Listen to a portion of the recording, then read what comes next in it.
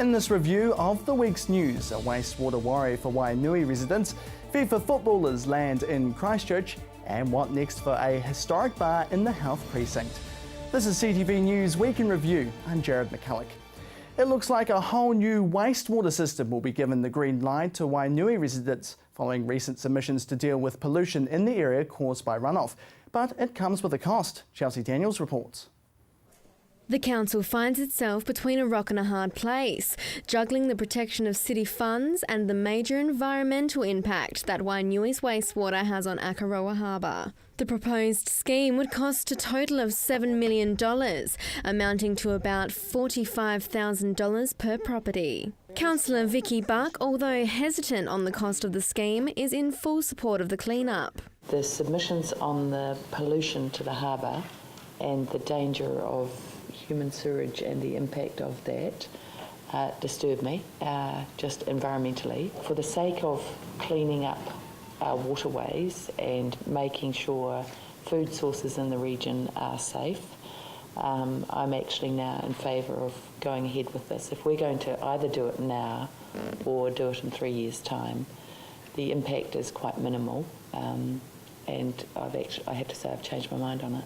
In May 2013, the wastewater from 34 properties was diverted from Wairoa Harbour to a council-owned land. However, the Canterbury earthquakes seriously delayed the process of the scheme, pausing stage 2. The option brought forward looks to provide the rest of the residents with a reticulated wastewater disposal system, diverting waste to a completely new treatment plant. Councillor Tim Scandrett wasn't convinced that they had exhausted their options. Council has continually over, I think the time frame is 20 years, said that at some stage this is going to happen. And now we're in a totally different situation. We've had a major natural disaster and we're still saying the same thing. So I'm just wondering, I haven't seen anything that council staff have been given direction to maybe look at options. However, further inquiry would lead to an even longer delay to the process, as well as the price of the project growing substantially. Councillor Phil Clearwater is supportive of the option to go ahead with the proposed scheme. In 3 years' time, we will need to still address this, no matter what we do to septic tanks or any other alternatives. The delay for further investigation would be more disappointing news for the Wainui community, who have been eagerly anticipating the Wainui wastewater reticulation and treatment scheme for nearly a decade. The proposal is being brought forward for the council to consider. Chelsea Daniels, CTV News. It was one of the first bars to reopen following the February quakes, and this week Pegasus Arm celebrated its quarter-of-a-century birthday. But what does the future hold for the historic site, housed right in the middle of the health precinct?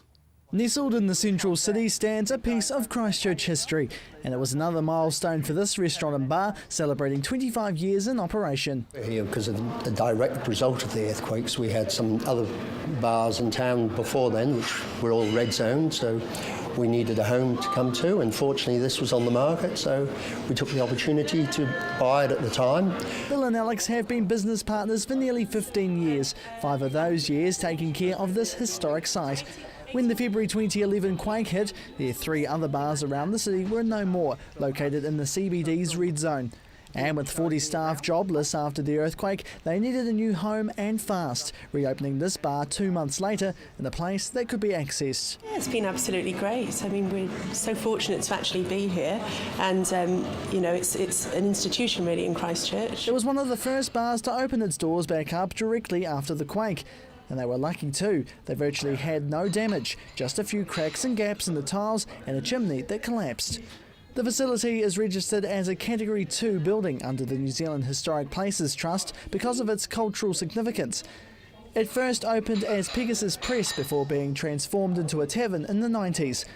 Now, nearly 5 years on after the quake, it caters for the locals, similar to the ones in New Zealand's own television soap opera. They call us the hospital bar, actually, whatever the one in Shortland Street's called. The Ivy Bar, I think it was. The Ivy Bar, yeah, because, we see them all here. The doctors come over after work and the nurses pop over for their lunch, and it's really nice. It's a good community, and they often have gatherings here. So it's awesome to be able to sort of be open and service that need, really.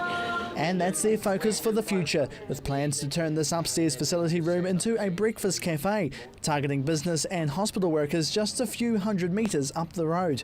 A building restoration is going on next door, meaning potentially more customers in the near future. But although there isn't too much else around them, business has eased. But they're happy with where it's going. Well, it's massive at the start, you know. We probably lost a little bit with other bars coming on stream, and also, you know, we've had to sort of curtail our opening hours a bit because of neighbours. Noise complaints. So we pulled back on that on the weekends, which is okay. And they say they're not affected by the controversial local alcohol policy, but they do have another problem on their hands. Where I'm standing now is Pegasus Arm's courtyard. It goes all the way to the end here by the bar. But if I take a step back, I'm now in the health precinct, which means this courtyard may have to go. The plan is for the health precinct to spread down Oxford Terrace, the same stretch of road Pegasus Arms is housed on. Currently they have a lease for the courtyard site being renewed every month, but they say their little historic hospitality hub is safe from any demolition, and they have a few plans up their sleeve once the current courtyard is closed up. So because of the uncertainty of blueprints and whether or not buildings are going to be allowed to stay, we've really given some serious thought to it. And along with our advisors, you know, we've put plans together to the CCDU, and you know, the implications are looking really good for us being able to stay here. When the courtyard goes, they hope to build a new outdoor space in front of the site, or maybe to the other side. Time will tell what will be next, but as for now... Well, just, you know, we'll see you here for a pint later. Don't mind if I do. Jared McCulloch, CTV News. Still to come, the alcohol policy is back in the spotlight.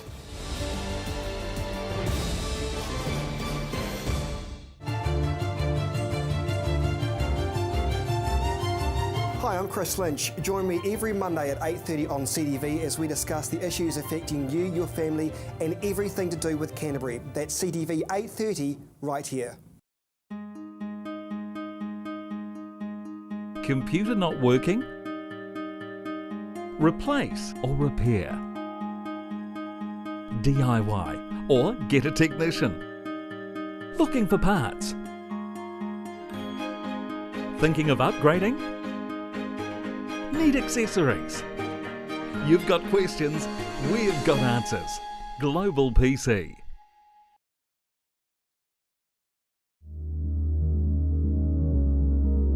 The preparation, the devotion, the fearlessness, the intensity. Runway model management. First impressions are everything.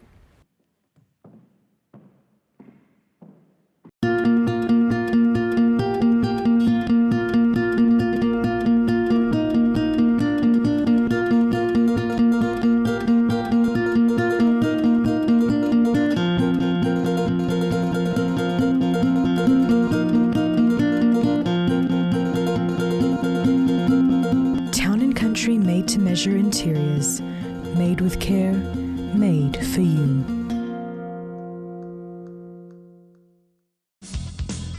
Join Graham Sinclair and the team at Gone Fishin' as they bring you great stories, fishing tips and beautiful scenery. Gone Fishin', Friday night at 8:30, right here on CTV. Welcome back. Christchurch's local alcohol policy is one step closer, with city councillors voting yes to tighter restrictions. Chelsea Daniels reports. Christchurch City Councillors voted unanimously yesterday to proceed with the controversial local alcohol policy, aimed at tighter controls on alcohol consumption in Christchurch. The council has been working on tightening alcohol rules, looking at where and when alcohol can be sold. It'll also force most central city bars, pubs, clubs and licensed restaurants to close at 1 a.m, unless they are in specified central city zones, allowing them to open until 3. The proposal gives a little more leeway for nightclubs in the CBD, giving them until 4 a.m. to close their doors. Today we spoke to City Councillor Glenn Livingston about his views on the upcoming alcohol reform. I'm very much on the side of the fence of having a really good policy, so I supported it. The essential part of it is to reduce the harmful effects of alcohol. So that's the purpose and the intent of the policy. And then we've got some hours for off-licence, like your supermarkets, 9 a.m. to 9 p.m. In my view, I actually think it's quite reasonable. So that's 12 hours and an 8-hour working day in which to purchase alcohol. So I think that's quite good. Glenn says the hours of trade proposed are more than reasonable and that everyone, including business owners, should strive for a better and safer Christchurch. My starting point in this is the well-being of the city and our youth. My question back to the business owners is, so what's this about for you guys? Is it about the dollars in the till, or are you actually concerned about the city? Naturally, you want to do well in your business. Every business wants to do well. We're not out there to crush businesses. Our starting point is the well-being and the welfare of our younger people, especially in the city. Last month, the director of the National Addiction Centre said he seemed to think the council was heading in the right direction. I think the council's proposal is very reasonable. I think that it's definitely a step forward. It could be more robust, but I think they've come up with something that's a good compromise at this point. However, the Regional Manager of Hospitality New Zealand for Christchurch and South Canterbury, Amy McLennan-Minty, believes it won't make a considerable impact on alcohol-related violence. She says the reform is premature as the area being looked at in the CBD is still under construction. She also suggested that the new policy could lead to uncontrolled parties in the suburbs, as opposed to a more monitored venue like a bar or nightclub. But Selman disagrees. Personally, I'd like to see the council follow through on this local alcohol policy. There's been a highly consultative and expensive process. The previous council formulated the plan and laid out the basics of the policy in 2013, but now they have put it out for public notification. The provisional local alcohol policy will be publicly notified through newspaper advertisements and on the council's website. People who have made submissions have 30 days to appeal, and once those appeals are resolved, the council can adopt its local alcohol policy after giving licensees just 3 months' notice. Chelsea Daniels, CTV News. A Kaiapoi mother is taking her daughter to America in desperate need of surgery, but it's been a team effort to get her there thanks to the local community. As far as Savannah knows, she's just like any other kid, smiling and enjoying life, and a big fan of dinosaurs. Who's your favourite dinosaur? Brachiosaurus, isn't it? But her family knows something urgent needs to be done. She just turned 4 years old last week, but she's faced challenges right from the start. She got really sick when she was 5 days old and had to have emergency surgery from a line perforating her artery, so she got poisoned. And then we were in neonatal for about 94 days. And after immediate surgery, it was identified Savannah was suffering from cerebral palsy. She just didn't develop. She didn't crawl and she couldn't sit up and all that sort of thing for quite a long time. So then she got diagnosed with cerebral palsy when she was about 12 months old. The condition is one of the most common physical disabilities in early childhood. Around 4 in every 1,000 children in New Zealand will get this condition. For Savannah, it was triggered down the right-hand side of her body. She was unable to use her arm and legs properly. And over the last few years, Savannah has been undergoing a form of treatment, but it's only a temporary fix. At the moment she has Botox, and when she's had it, it's worked well, but it's only worked for a short amount of time. And with the surgery it will take out all that tightness in her muscles. She says it's been hard over the last few years, and even with the everyday challenges. She drives into the city for work at a retail store, and her husband Callum is helping with the rebuild. They have 5 kids in total, Savannah being the youngest and the only one to be born short of her due date. But Nicholas says something needs to be done now before Savannah starts school next year. Every time she has a growth spurt, it just gets tighter and harder for her. And now they're heading to the States for Savannah's life-changing surgery at St. Louis Children's Hospital in Missouri, with the operation being undertaken by one of the world's top surgeons. However, it comes with an expensive price tag, $80,000 to be exact, to cover the procedure. They're just short $7,000. And Nicola understands there could be some difficulties with the surgery. Since the surgery's in spinal surgery, there can be leakage of spinal fluid, and if the wrong thing gets cut, then it's permanent. They can't take it back. Trying to work and raise the family, it's been difficult to save. So around this time last year, they turned to the public for help, with numerous amounts of events to get them there, starting with a Give a Little page and then Through Sizzles, we've done stalls at fairs, we've done movie nights, we've done quiz nights. We sold hundreds and hundreds of blocks of chocolate. Her colleagues have helped, and so too have North Canterbury locals to help the cause. And now this weekend, Invercargill Mayor Tim Shadbolt and local radio broadcaster Gary McCormick are teaming up for a comedy gig to help raise the last few $1,000s, happening this Saturday at the Kaiapoi Golf Club. And she has a message for everyone that's given their continued support. Thank you. We couldn't have done it without you. It's been such a massive journey, and just people that have taken chocolates to their work to sell, to people that have organised big events, or even sold tickets for our movie nights and quiz nights and everything. It's been amazing. But she's also looking to take a break too. Once the last fundraising event's finished, just to, chill out for the last few weeks before we go away, spend some time with the family, because with working full-time and fundraising full-time, it's definitely everyone else that's missed out. And it's all to help Savannah live each day like everyone else, something most of us take for granted. They're set to pack their bags and jet off in the next 2 months. Jared McCulloch, CTV News. The Christchurch International Airport was abuzz this week with the arrival of several FIFA football teams. Here's Chelsea Daniels. The FIFA Under-20s World Cup is fast approaching, and the Fijian national Under-20s side arrived in Christchurch today. This is Fiji's first appearance in the Under-20s World Cup, and it is a great starting platform that will pave the way for a brighter future for the sport in their home country. Councillor Janni Johansson welcomed the boys today and wants to encourage the local community to come out and support these teams, particularly the teams that are here for the first time. Oh, it's fantastic. I think it's great. New Zealand automatically qualify because they're the host, and having Fiji, what a wonderful opportunity for the Fijian team to come and showcase their skills. And they're facing Germany first up, so it's going to be a magnificent game, a huge challenge, but it's all about, I think, providing that opportunity for some of these local Pacific players to come and show what they can do. The boys greeted fans today as they touched down in Christchurch and are eager for Monday's matchup with the current European champions, Germany. Yeah, I'm a fan of Fiji.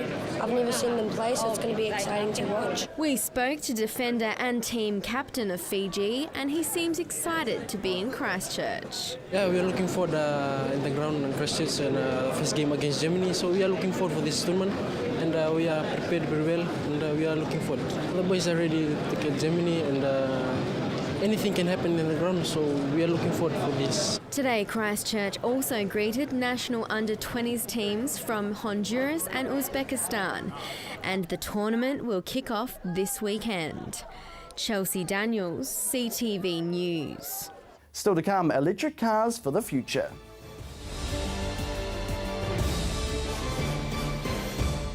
Kids Television is right here on CTV.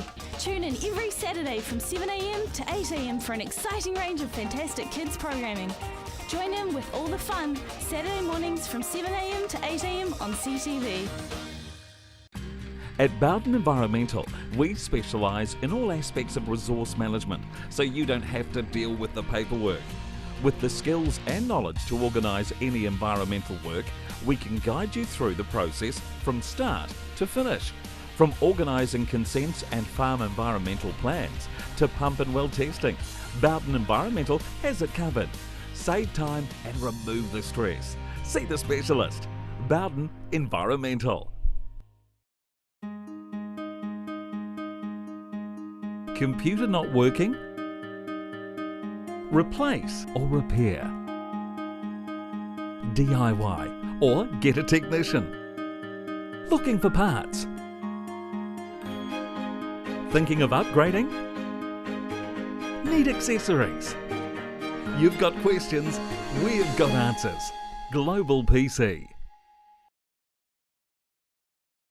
Come on down to Ferrymead Golf. Care for a game of paintball? How about some swings on the old driving range? Or on our par 3 9-hole golf course? Test your skills on the mini golf course or have a go at the airgun shooting range. Then relax at the Wow Cafe with one of our super succulent Wow Burgers. Whether you want to perfect your swing or are looking for a fun family day out, come down to Ferrymead Golf, 50 Ferrymead Park Drive, right next to the Ferrymead Heritage Park. Arts 21 showcases the vast creative talent and minds that are making a name for themselves in Europe and beyond. Think outside the square with Arts 21.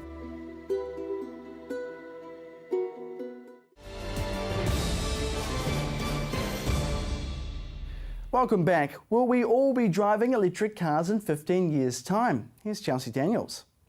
Could the whole of New Zealand be driving electric vehicles by the year 2030? Director of the Electric Power Engineering Centre, Dr. Alan Miller, seems to think so. And along with outlining the outstanding benefits of owning an electric car, Alan believes that the average family is more than capable to own one.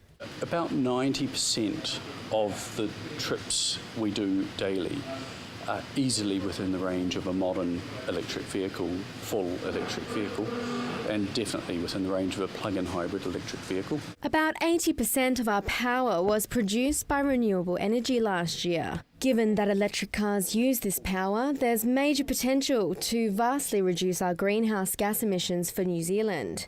Something in the order of a reduction of 10 to 12% is possible if we all drove electric vehicles, he says. However, Dr. Miller says there are other environmental aspects to consider, and the impact on the grid of many electric vehicles switching on at once to charge requires careful management. There will be a need for skills and training in New Zealand to cope with the rise of new technologies in the electricity sector, including electric vehicles. They're definitely going to have to learn new things. It's a new technology, it's different technology. They're going to have to learn to work with that new technology. So there's that as well. And I think the whole supply chain for selling vehicles and maintaining them will change as well. Electric vehicles could significantly reduce greenhouse gas emissions, provided the electricity required to power them is from renewable generation. Dr. Miller delivered a free public lecture on electric vehicles and their potential in New Zealand at the What If Wednesday lecture series at the University of Canterbury last week. What do people think about electric cars, and will they be inclined to buy one in the near future? Well, I guess the price of petrol, maybe so, yes. Yeah, it would be quite cool actually. We had one on loan when ours was being serviced, and I liked it. I think it's choice, isn't it? Most people think it's slow, but it's not. They should see some YouTube videos. Yeah. I don't think we have many charging facilities. If there was charging facilities, I'm very sure people would do it. It would all depend on the cost of the car itself, the capital cost, and versus what the cost is of buying one that operates on hydrocarbon fuels at the moment. So, will all of New Zealand be driving electric cars by the year 2030? Not in my lifetime. No, I don't think so. Electric ones, you reckon? I'll have my doubts on that. However, Alan is confident about the interest in renewable energy in New Zealand and is hopeful that there is a big change coming in the next 15 years. Right at the moment, New Zealand, ironically, has a very low ownership of electric vehicles. It's something like 630 electric vehicles in the country at the moment. It's 0.015% of the population own them. And I say it's ironic because we have so much renewable power, we have so much to gain by having lots of electric vehicles. But I think it's conceivable that, say, by 2030, all vehicles sold in New Zealand are electric vehicles. Chelsea Daniels, CTV News. With a new bus interchange comes a new problem for bus drivers, but a 3D graphics team have come up with a solution. Getting off the road and into this driver's seat. A Red Bus employee is busy practicing her driving skills into the recently opened interchange, but it's not as you know it. She's using a high-tech virtual reality system, which was uniquely designed for drivers to face the affairs of the new facility. And Wendy says there was a lot of people against the interchange plan. Lots of drivers weren't happy about it because of the actual reversing out of the bays. They all said, oh, it won't work. When the designs were announced for the new bus interchange, there were concern among bus drivers about the aspect of backing out of the different stops within the facility. The reversing actually and hitting other drivers as they reversed out, but the bus exchange has got that under control because they don't tell everybody to reverse at once. It's all done on a rotation system. So that can't theoretically happen, and hopefully it won't happen. However, Wendy says that fear is beginning to fade. But when they did give it a go, they were all pleased. I don't think I've heard anybody say anything really bad about it at all. And the man behind the program says they're thrilled to help, using the latest in technology to get these professional drivers up to speed. We needed to design a gaming platform that mimicked the Christchurch bus interchange and the operation within it, and that was principally to alleviate the fears of the bus drivers about entering from Chewham Street and Litchfield Street and using the bays and reversing and getting used to the doors. Wendy has only had a short time practicing on this new system, and she's also been teaching her other colleagues. And she says it's a whole new world than what she's used to. I find this okay now because I'm not really into it looks like a game to me, so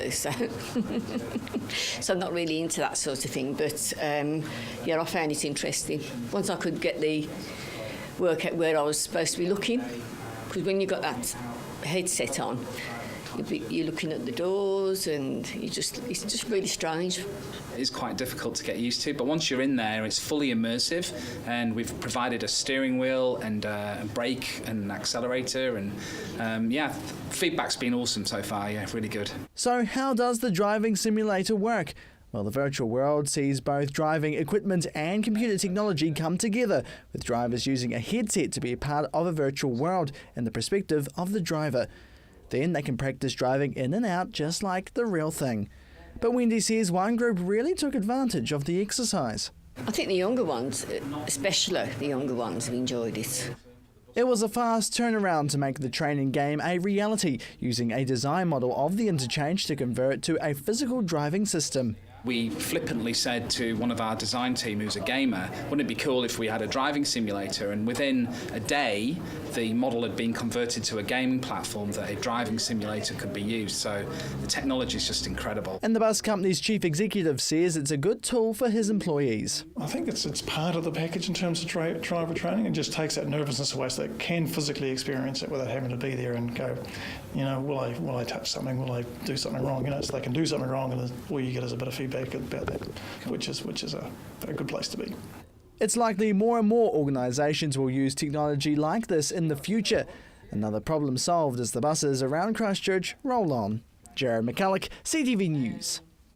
And that's CTV News Week in Review. I'm Jared McCulloch. Have a great weekend.